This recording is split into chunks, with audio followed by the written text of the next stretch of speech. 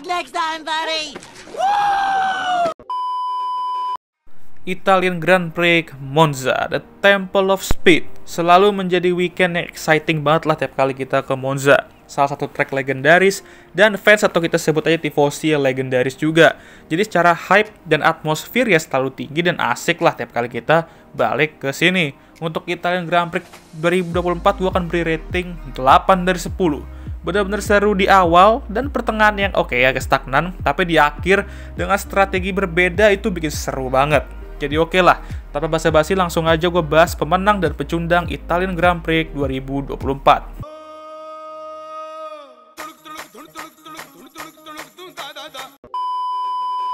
Pemenang pertama, ya sudah jelas lah ya, Charles Leclerc. Jadi Ferrari mampu melakukan start yang bagus dengan Charles naik ke P2 dan Carlos naik ke P4. Setelah itu ya pace mereka benar-benar solid dan mampu mengimbangi kedua McLaren.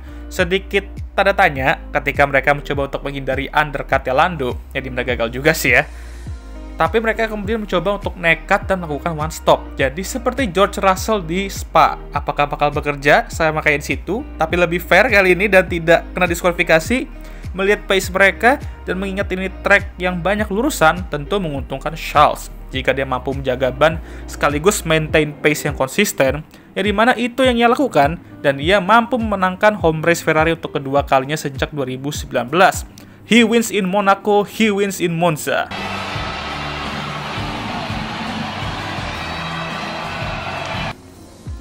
Chills, bener-bener chills, apalagi melihat ke podium celebration cuy. Dan cuy podium celebrationnya ya. Dan semoga aja kali ini aman ya seperti gue bilang tadi ya. Karena ingat, timbang dulu. Karena di saat gue rekam video ini belum ada kabar tuh. Harusnya aman lah kali ini ya. Congrats lah untuk Charles dan bener-bener gacor lah racecraft doi beberapa balapan ini. 3 podium beruntun cuy. Edan eta teh. Edun.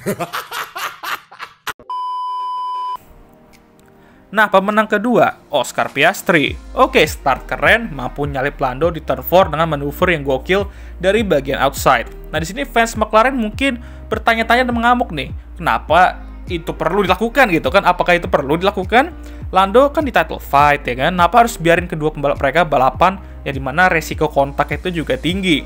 Well, Andrea Stella sendiri udah bilang kalau kedua pembalap mereka tuh diperbolehkan balapan meskipun satunya bersaing untuk gelar juara. Mereka tidak mau masang status pembalap nomor 1 dan kedua pembalap pun gue rasa setuju. Mereka hanya mau balapan keras tapi tetap fair. Nah sayang aja Oscar nggak mampu mengikuti strategi satu stop Charles dan itu ya benar-benar bikin dia kehilangan kemenangan ini. Tapi gue rasa nggak ada yang salah juga. Hanya saja Charles emang terlalu gokil untuk menerapkan satu stop itu bekerja. Jadi untuk Oscar, santai aja walaupun gue tahu lo emang pasti bakal santai-santai aja sih ya. Dan ingat, masih banyak peluang untuk menang balapan lagi di masa yang akan mendatang.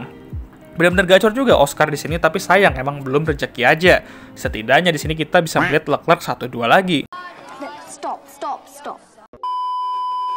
Pemenang ketiga, gua akan berikan ke kedua pembalap Williams yaitu Alexander Albon dan anak magang yang menggantikan Logan, Franco Colapinto. Pertama, Alex mampu membawa Williams itu ke Q3 dan mencoba untuk meraih poin. Karena Williams selalu bagus di track kayak Monza ini ya, yang dimana terdapat momen dimana Alex merasa Williams terlalu ragu-ragu juga dalam membuat keputusan strategi mereka, tapi akhirnya mereka mampu finish di P10 dan naik ke P9 karena penaltinya K-Mac.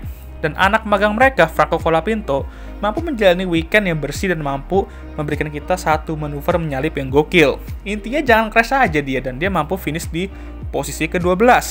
Not bad lah untuk anak magang di balapan pertamanya. Dan karena hasil ini juga, butuh satu balapan aja untuk dia ngegusur Valtteri Bottas di standings. Nah, untuk pecundang gue akan berikan ke Lando Norris pertama-tama. Sebenarnya start dia bersih, dan untuk pertama kalinya dia mampu leading menuju turn 1. Tapi ujung-ujungnya gagal juga karena kena salip Oscar di turn 4. Dan lebih parahnya lagi kesalip Charles habis itu. Lagi-lagi Lando gagal memimpin balapan dari pole setelah lap pertama. Lalu pace dia ya kenceng, cuman gak sekenceng di Zandvoort kemarin. Malah Oscar terlihat lebih kenceng. Lalu ketahan sama Max beberapa lap juga tidak membantu. Akhirnya dia finish di posisi ketiga dan hanya memotong 8 poin dari Max di standings. Kalian yang mungkin baik lagi bakal bingung kenapa McLaren gak ngasih Lando lewat atau nyuruh Oscar jangan attack Lando saat start tadi. Tapi seperti yang gue bilang, kedua pembalap diperbolehkan untuk balapan. Jadi ya, wes, selagi nggak crash, ya aman. Tapi setelah statement yang dia berikan di Zandvoort kemarin, ya ini sih balik lagi ke setelan pabrik, yaitu haters dia yang bikin statement.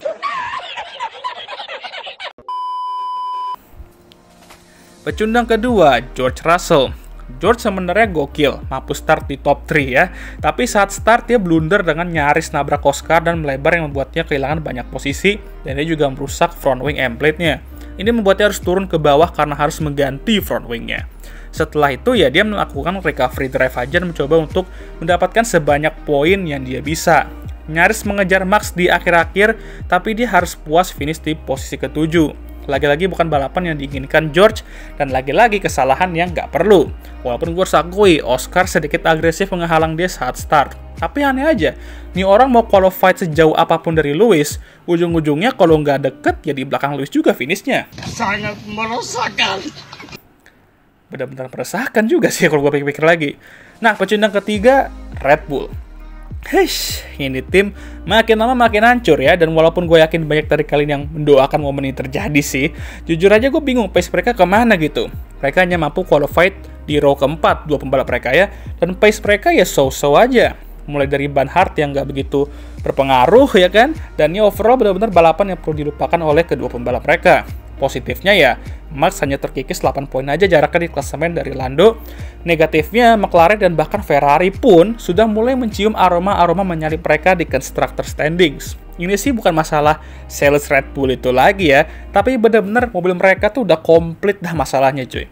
Bawa update tapi mentok juga, nggak ada perkembangan, tim lain mulai mengejar, dan masalah internal tim yang tentunya saat ini pun masih rame ya. Seperti kata Josh, ini tim udah semakin kacau ya. Mungkin Max sudah bisa mulai pertimbangkan pindah tim, kayak ke Alpine gitu misalnya. Jangan so iya deh. BTW gue baru sadar, udah sekitar 6 balapan, kalau nggak salah tadi kata komentator kita nggak ngelihat safety car Bert Mylander di track saat balapan ya. Ya walaupun itu menunjukkan skill pembalap dan reliability mobil para tim sekarang yang udah sekuat baja, agak kurang aja gitu kan kalau nggak ngelihat safety car ya. Apa kita perlu mengembalikan lord kita yang hobi crash bersafety car lebih sering muncul? Atau kita harus lebih persiapkan cadangan safety car, karena safety car kemarin crash pas lagi test drive di hari Kamis. Ide bagus sih, mungkin kalau crash lagi, bisa pakai mobil Sauber aja kali ya, daripada nggak guna juga di belakang, terus 0 poin lagi. Oke lah, sekian video kali ini, gimana menurut kalian? Jangan lupa like, subscribe, dan share video ini, dan jangan lupa juga untuk menyalakan lonceng notifikasi, agar kalian semua tahu ketika gue ngupload video baru. Jangan lupa juga untuk follow Instagram gue.